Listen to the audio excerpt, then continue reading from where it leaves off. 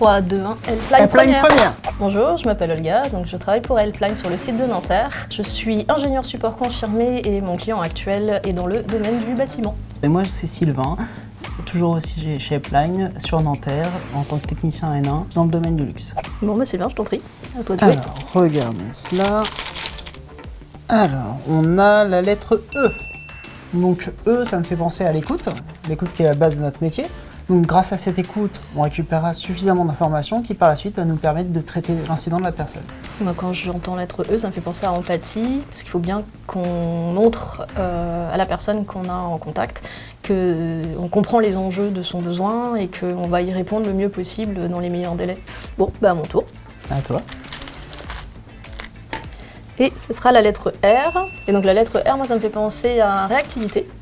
Parce que dans nos métiers, on ne va pas agir de la même façon en fonction de la criticité de l'incident. Si c'est l'intégralité du site qui est impactée et que plus personne ne peut travailler, c'est vraiment d'une urgence absolue. On ne va pas le traiter de la même façon que si c'était un P2, P3, P4, où vraiment l'urgence est beaucoup moins grande.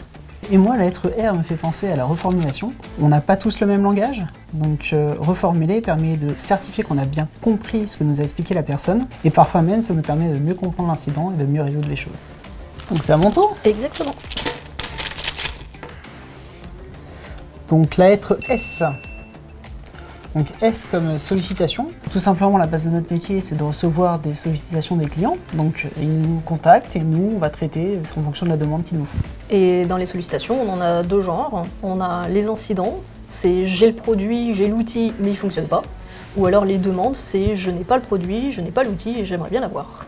Allez go, cette fois c'est mon tour. Très bien.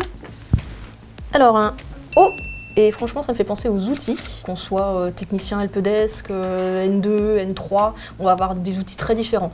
Il y aura un outil commun qui sera la base de ticketing, mais pour le reste chacun aura ses outils en fonction du domaine de compétences. Alors à mon tour. Donc la lettre P. Donc P, naturellement, pour moi c'est procédure. Donc tout simplement, les procédures, c'est ce qui nous est fourni via la base de connaissances. Dans une base de connaissances qui nous indique toutes les procédures, on va récupérer les informations pour traiter les données. Ça nous permet soit de pouvoir résoudre immédiatement l'incident, soit de pouvoir le transférer au service concerné, notamment celui d'Olga. Absolument. Bon bah du coup on va faire la dernière lettre. Vas-y. Et c'est le A. Pour ma part, le A, ça me fait penser à analyse. Quand on reçoit les tickets en provenance du helpdesk, eux, ils ont déjà récolté tout un tas d'informations.